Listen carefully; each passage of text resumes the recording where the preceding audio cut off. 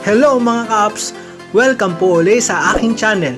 Nakarang video po, pinakita ko sa inyo kung paano mag-text ng libre gamit ang Messenger. So eto po, gamit naman ang isa pang app na kahit wala ring load ay pwede ka makapag-text sa lahat ng network dito sa Pinas.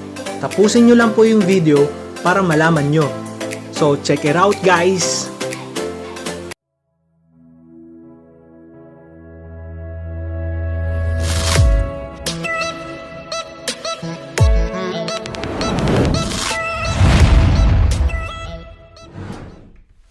So mga ka-apps, dapat po may wifi po kayo or data para magamit po natin yung libreng text.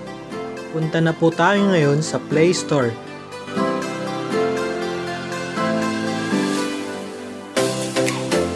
Type nyo lang po to. Ayan po, click nyo lang po yan. Then install.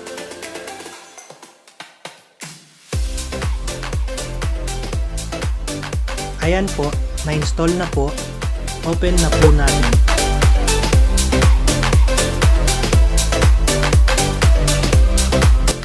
Click nyo lang, let's get started. Then, skip lang. Tapos, next po.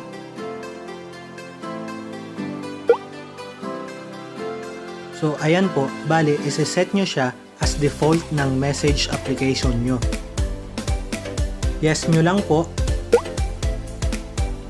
Then next po. Next po uli. Tapos finish. Then click nyo bandang baba yung plus sign. Tapos po, new conversation. Then po, yung number ng i-message nyo. Try po natin yung mismong number ko.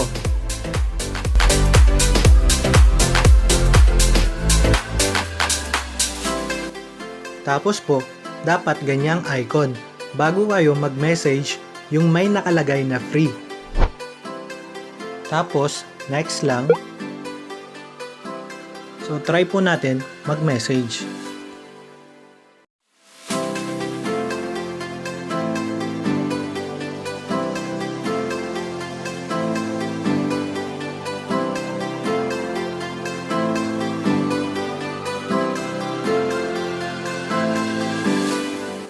Ayan po mga ka-apps, na-receive na natin yung message.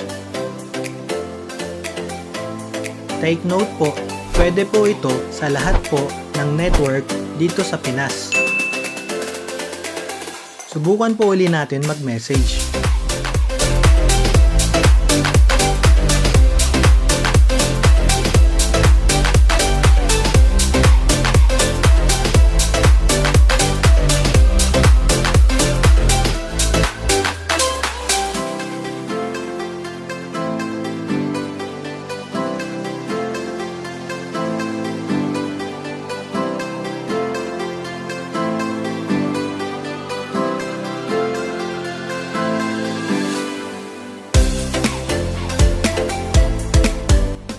Ayan po, legit, receive.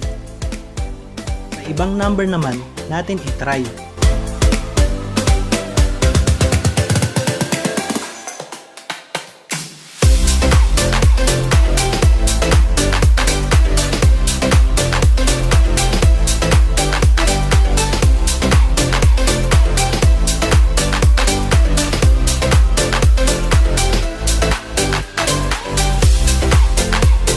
Ayan, may ads, tapusin nyo lang po. Bali po, ayan po yung message natin.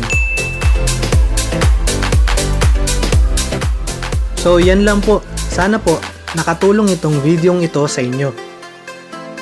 Bago po matapos itong videong ito, shoutout ko lang si Kenna Jane Toraya. Maraming salamat po sa pag-comment at kung gusto nyo po ma-mention ang name nyo or channel nyo sa next video ko, Huwag pong mahiyang mag-comment sa comment section. So mga kaps, nagpapasalamat po ako sa mga nag-subscribe. Dahil po, 200 subscribers na po tayo. Marami pong salamat. At huwag nyo po sanang kakalimutan mag-subscribe, mag-like, mag-share, mag-comment, at hit the bell button para updated kayo sa mga bagong videos.